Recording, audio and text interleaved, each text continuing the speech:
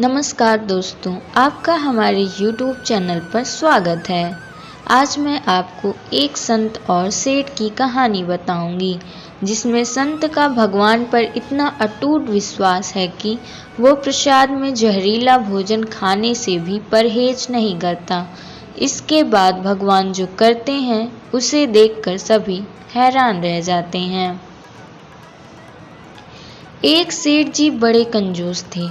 एक दिन उन्होंने दुकान पर बड़े बेटे को बैठा दिया और बोले कि बिना पैसे लिए किसी को कुछ मत देना, मैं अभी आया। अकस्मात एक संत आए जो अलग अलग जगह से एक समय का भोजन सामग्री लेते थे।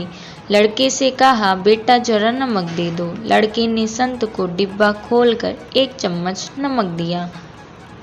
सेठ जी आए तो देखा कि डिब्बा खुला पड़ा था। सेठ जी ने कहा कि क्या बेचा? बेटा बोला, एक संत जो तालाब पर रहते हैं उनको एक चम्मच नमक दिया था। सेठ का माथा ठनका। वो बोले, अरे मूर्ख, इसमें तो जहरीला पदार्थ है।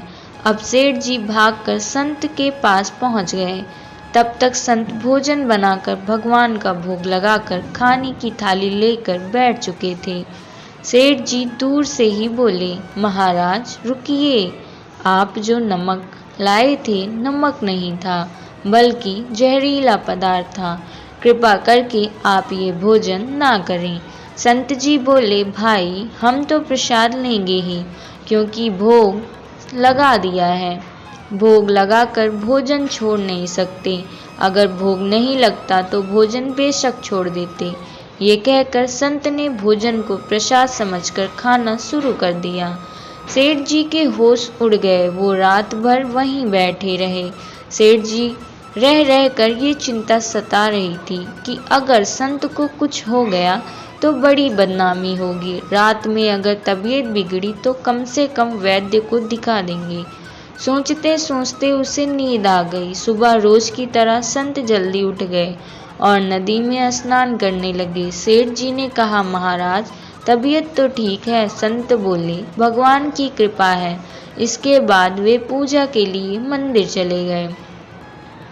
जैसे ही संत ने मंदिर का द्वार खोला तो देखा कि भगवान के श्री विग्रह के दो भाग हो गए हैं और शरीर काला पड़ गया है।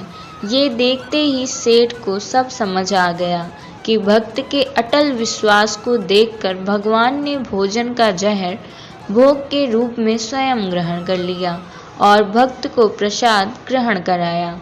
इसके बाद सेठ ने तुरंत घर जाकर बेटे को दुकान सौंप दिया और स्वयं संत की शरण में आकर भगवान की भक्ति करने लगा। अगर आपको हमारी वीडियो पसंद आई तो चैनल को लाइक व सब्सक्राइब जरूर करें। धन्यवाद।